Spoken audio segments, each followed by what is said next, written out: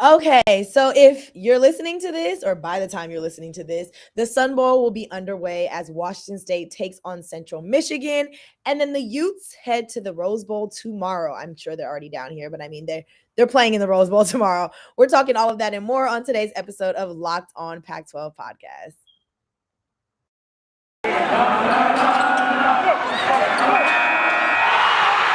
You are Locked On Pac-12, your daily podcast on the Pac-12 Conference.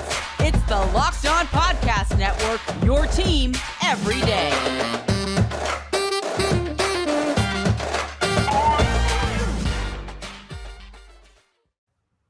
Happy New Year's Eve, everyone, and welcome to another episode of Locked On Pac-12 podcast. I'm your host, Cindy Robinson, and thank you so much for making Locked On Pac-12 podcast your first listen every day. We are free and available on all platforms. Today's episode is brought to you by NetSuite. NetSuite is the #1 cloud financial system to power your growth. Head to netsuite.com/lockedonncaa for special end of the year financing on the #1 financial system for growing businesses. Joining me today is Bryan Brown from Locked On Utes, who has himself muted right now. He thinks he doesn't, so I'm going to let him unmute himself. There he goes. You pretend like this isn't what I do every single show. We know this. This is my shtick. I need to come up with something better. So if people have like suggestions on Twitter and whatnot, part of it might be that I should just mute myself because my voice sounds like I've been. It's a little rainy in California. If you guys didn't know, Bryan this cold has Pasadena weather has me feeling some type of way, without a doubt. Bryan has made his way to Pasadena for the Tournament of Roses. Are you excited? Okay, well, we're going to get into that. Hold on. We're not going to talk about that right now. We're going to get into that. Before we jump into that, we have to talk about the Sun Bowl because it literally is going to kick off as people are listening to this. So, first and foremost, the Sun Bowl is happening. That's the biggest news probably of the week after we've experienced Miami dropping out of the Sun Bowl. Then the Washington State Cougars scrambling to find a replacement. Luckily, I don't know if it's luckily, but like there was a situation that worked out since Boise State had to drop out of their bowl game. Central Michigan was available. And so they made their way to, where is it, Texas? For the Sun Bowl. El Paso. There you go, El Paso. For the Sun Bowl to face the Cougs. And that will be literally happening in a matter of minutes from now. That it's probably happening as you're listening. I keep saying that because, like, timing. But great for the Cougs that they actually get to play because that was the big thing. Like, they were fighting for that opportunity. They made it to the bowl game. And luckily, they're going to get to play. UCLA didn't get that chance, and North Carolina State didn't get that chance because the Holiday Bowl had to be canceled due to UCLA's issues with COVID-19. So, Sun Bowl. Central Michigan was not the original opponent. I don't even know. Is this one of those games where you just go out there and do what you can do? Because, like, were the Cougs even able to really game plan for this? Somewhat. Like, you're never going to get that deep into the game plan, right? I think you'll know your basic assignments, and really what it boils down to is it's two teams are going to go out and try and play some football, which sometimes that's a lot of fun. We saw that last year when BYU made the trek to Coastal Carolina and played a game on like 3 or 4 days' notice. For the most part, schemes are pretty transferable, though, right? Like, there's not a whole lot out there offensively that teams haven't seen. Maybe and defensively for that matter, nobody's going to come in and recreate an offense and run the annexation of Puerto Rico or something and catch everybody by surprise. You're going to see a little bit of sloppiness, a little bit of confusion for sure. That usually, in my opinion, leads to good games, good offensive output. But I think this is really cool. Credit to Coach Jake Dickert for keeping his team on task, for keeping them focused. You can say what you want about the UCLA situation. I think it's really unfortunate they went to go do something fun, and I think that probably exacerbated the situation going to SeaWorld. We've seen Utah go to Disneyland for the Rose Bowl. Washington State stayed on task. As the internet likes to say, they knew the assignment, and that's led to a good opportunity against the Chippewas. And I think what better way to ring in the new year in El Paso than some football. Especially in the Tony the Tiger Sun Bowl. Tony the Tiger Sun Bowl. I love me some Frosted Flakes. I'm not gonna lie. They're great. They're great. It's better than playing in the Mayo Bowl because that just seems so nasty. And the dousing of mayo on anybody should never happen. Ever, ever, ever, ever, ever, ever. Minor footnote with that one: don't hit the coach in the back of the head with the mayo cooler. That too. That doesn't sound too appealing at all. Okay, so Washington State takes on Central Michigan in the Sun Bowl. It is literally moments away from kickoff. So honestly, we're not going to dive too deep into that because we don't know much about the matchup. We're not prepared for this. Wasn't supposed to be the original matchup. If anything, we're just happy the Cougars are able to play a game and hopefully get the first Pac-12 win for bowl games this season because Oregon State fell short, Oregon fell short, and ASU fell short last night against Wisconsin. Gonna save that recap for next week when we talk to Richie from Locked On Sun Devils, but it's not been good for the Pac-12, so we need someone to turn around, and I think with the Cougars, the first team up to do that, I have some faith there, and I'm hoping that they're able to get a win. So then that sets a good precedent for the Utah Utes heading into the Rose Bowl. We are about to dive into Rose Bowl talk very heavily. Bryan cannot wait. He's been excited about this for weeks, and so I'm so happy we have him here to talk about it. So that is coming up next. All right, this is it. The putt to win the tournament. If you sink it, the championship is yours. But on your backswing, your hat falls over your eyes. Is this how you're running your business? Poor visibility because you're still relying on spreadsheets and outdated finance software? To see the full picture, you need to upgrade to NetSuite by Oracle. NetSuite is the #1 cloud financial system to power your growth. With visibility and control of your financials, inventory, HR, planning, budgeting, and more, NetSuite is everything you need to grow all in one place. With NetSuite, you can automate your processes and close your books in no time while staying well ahead of your competition. 93% of surveyed businesses increase their visibility and control after upgrading to NetSuite. Over 28,000 businesses already use NetSuite. For the new year, NetSuite has a new financing program for those ready to upgrade at netsuite.com/locked. Head to netsuite.com/locked for this special one-of-a-kind financing offer on the #1 financial system for growing businesses. That's netsuite.com/locked. Thanks again for making Locked On Pac-12 podcast your first listen every day. Make sure to check out the Ultimate College Football Playoff Preview 2021, local experts, betting advice, and draft analysis. The most comprehensive college football playoff preview is live now. Make sure you check it out before the games get going. Okay, Bryan, the moment you've been waiting for. You are in Pasadena. You have been here how many days now? 2, 3? Yeah, this is day 2, so got here yesterday. Yeah. Okay. Okay, so first and foremost, welcome to California. Thank you. First time, long time. Okay. That's a lie. I've been here a lot. So it's, California. Mom is from here. Families come down here a lot. So it's a very familiar scene. This will honestly, the most bizarre part, this is going to be my first trip to the Rose Bowl. Been to the Coliseum before. Been to a few other venues down here. So most everything else is pretty familiar, but it's just waking up this morning, seeing the sunshine over the mountains over here. It already looks like it's a Rose Bowl kind of day, and that's super exciting. I think the most exciting part about it for me, though, is that it looks like we're actually going to get a Rose Bowl. And yeah, that is the part. Earlier this week, you and I were very curious to see if bowl games were going to actually happen this week. Excited to see that they were able to pull off the Rose Bowl, still have activities. That was risky, but still have activities and still be able to pull off this bowl game. This is a huge bowl game for the college football system, but also like California. The Rose Bowl parade is a huge deal. Everyone loves it. Being a California native, I've actually never been to a Rose Bowl game. I think I've been to Rose Bowl parade when I was younger. Been to the Rose Bowl before, plenty of times. But yeah, I'm definitely excited for you. Even more excited that your Utah Utes are in the Rose Bowl. They've had a phenomenal season, especially towards like that second half. We've talked about it for the most of the season. We've been raving and ranting about how great they've played. This is like the culmination of all of that, right? Making it to this big stage, And now the goal is to walk away as Rose Bowl champions. They're facing Ohio State, who, in my opinion, has not been the Ohio State of years past. And this is definitely a team that Utah could be.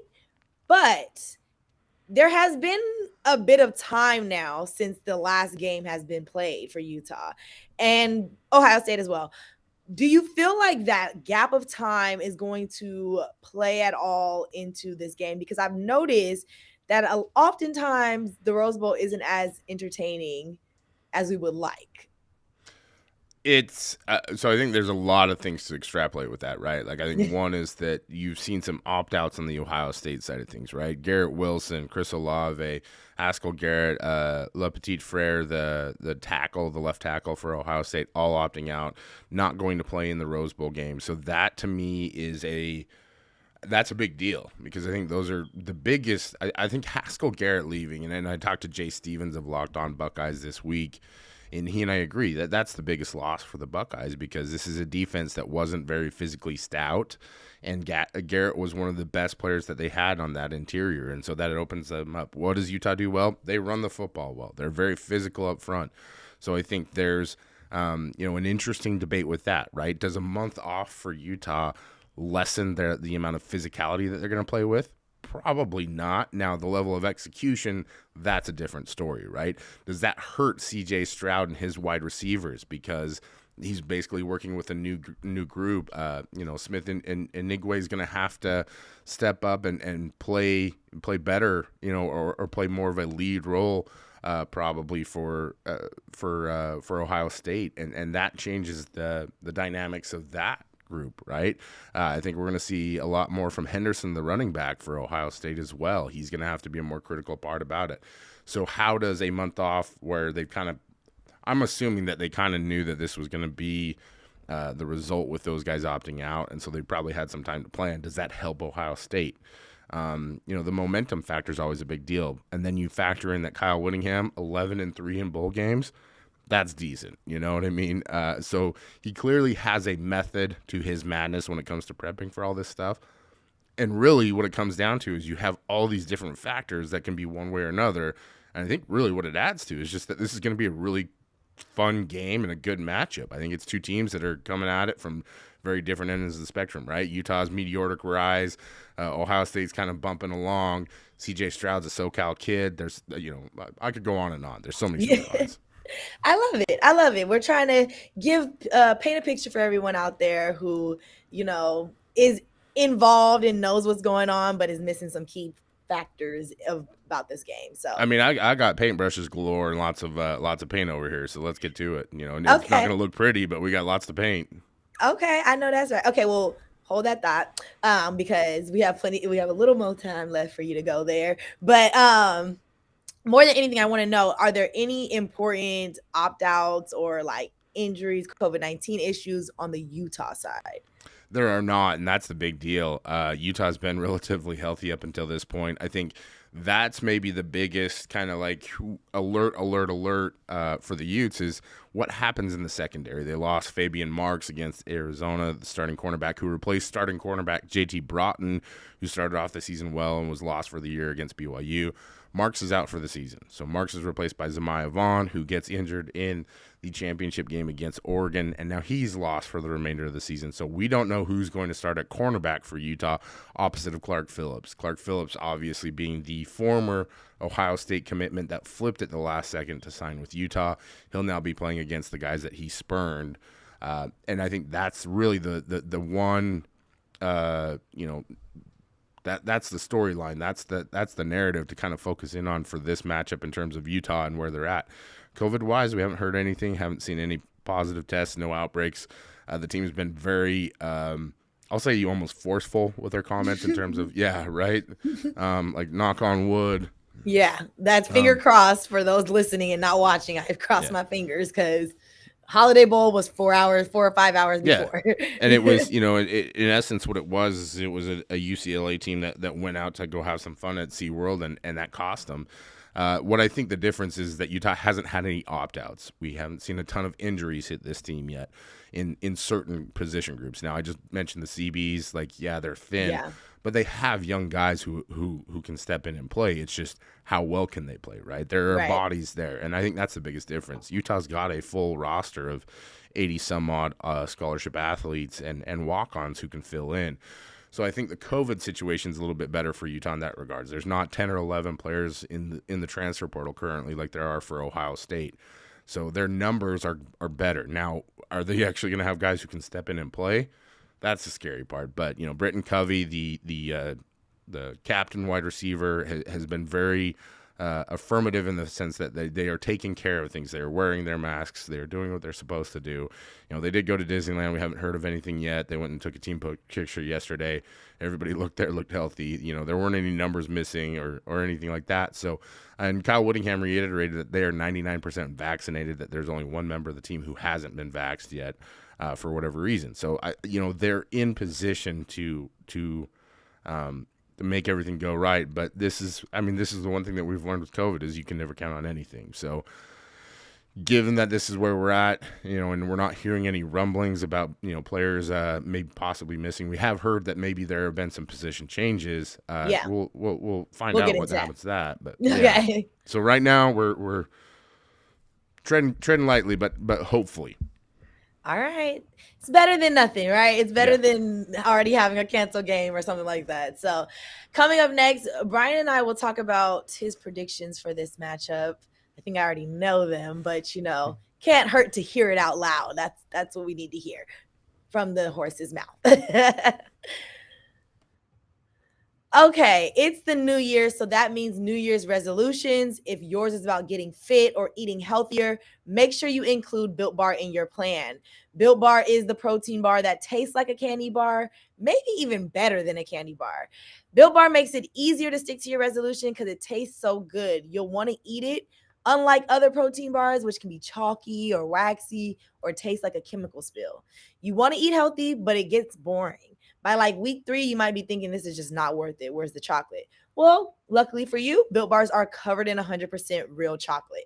Most Built Bars contain 130 calories, 4 grams of sugar, 4 net carbs, and 17 grams of protein. Compare that to a candy bar, which usually has around 240 calories, 30 grams of sugar, and dozens of net carbs. Here's an idea for the new year. Go to all your secret treat stashes at home, in the pantry, at the office, in the car, wherever. Throw out all that sugary or calorie-filled treats and replace them with Built Bars. So when you're craving a snack or treat, you can reach for something that's healthy and tastes incredible. Even if you're not a huge fan of working out, you can at least eat something that tastes good and is good for you. That way, when you enjoy a delicious Built Bar, you can almost count it as a workout. Go to Built.com, use promo code, and get 15% off your order. The promo code is LOCKED15. That's LOCKED15 for 15% off at Built.com. Okay, so Rose Bowl is here. I almost said Wisconsin. Ohio State versus Utah. Last night, right? Yeah, I know. That was not a pretty sight. We'll just say that. Not a pretty sight at all. Definitely not for Pac-12 fans, but the Wisconsin-Utah parallels, maybe that shows favorably for the Rose Bowl. We'll have to wait and see. We'll see. We shall see.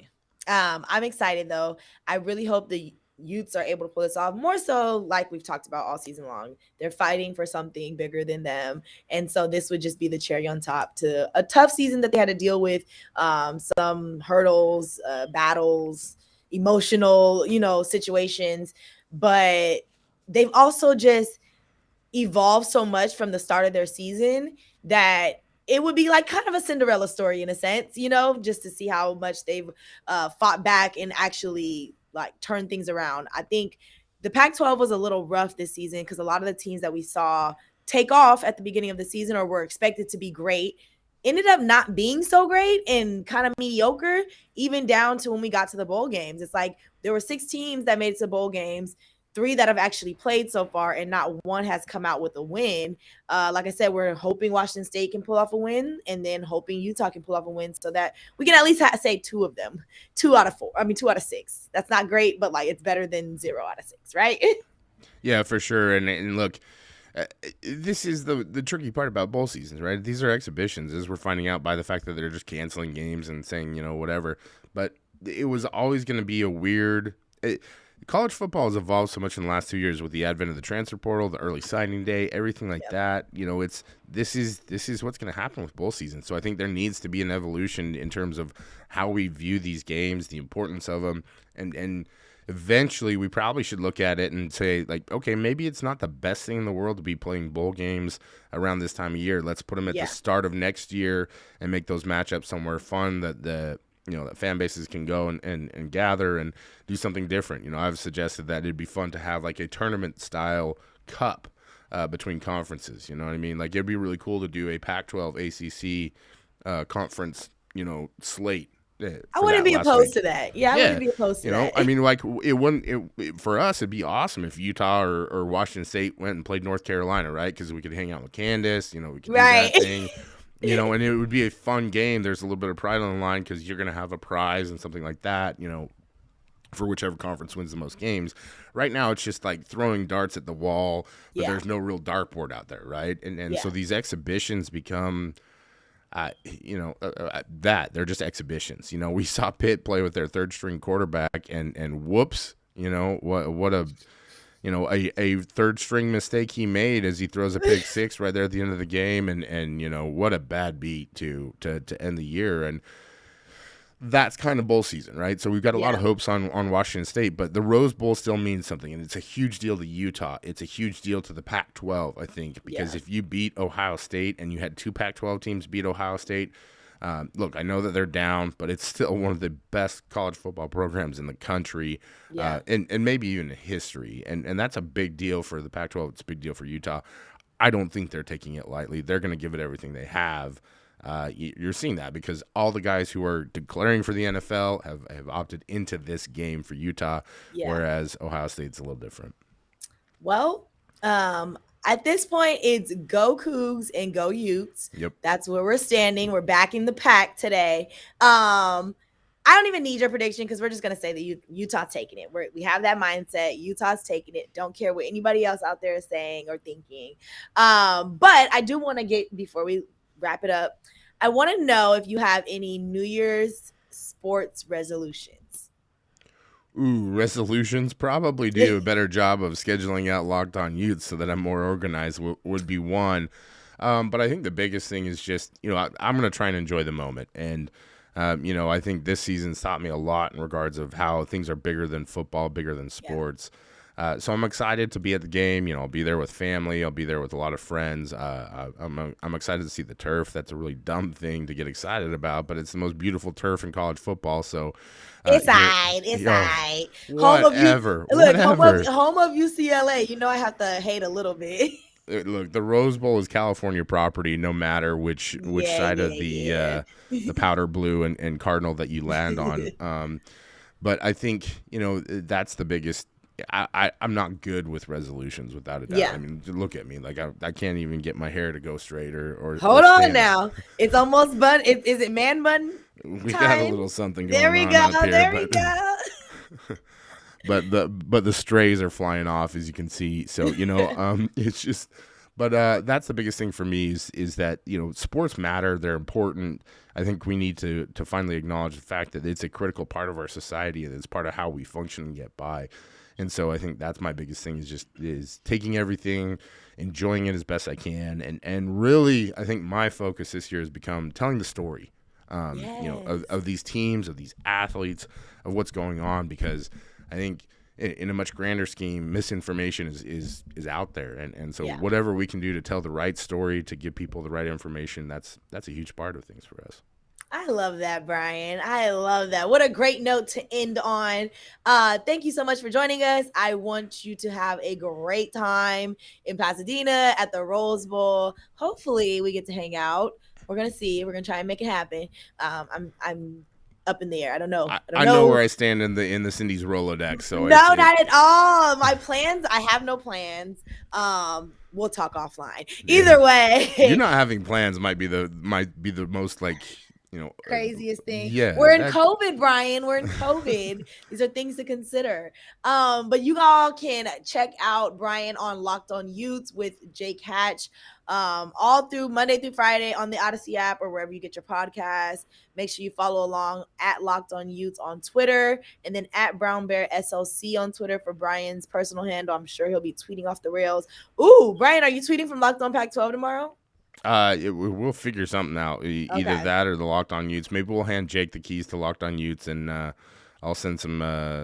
I'll be in the stands. I won't be in the box. I wanted to enjoy this one as a fan. Well, then you know what? Don't even worry. We'll send. We'll do like some man on the street stuff. From the tailgate lot and all that kind of stuff. That would be fun. That would be fun. Yeah. Before you get too crazy and enjoy the game. Yeah, that would be fun. Okay. So you guys make sure you check out Locked On Pac-12 podcast on Twitter at LO_Pac-12. Follow on YouTube, like, comment, subscribe, and then go watch the Cougs right now. Go watch them. They're playing right now. Go watch. Other than that, you made this your first listen every day, and we greatly appreciate it. Now make your second listen Locked On Bets, your daily one-stop shop for all your gambling needs. Locked On Bets is hosted by your boy Q and giving expert analysis and insight from Lee Sterling. It's free and available on all platforms. Check it out and make sure you stay Locked On Pac-12 on the Locked On Network.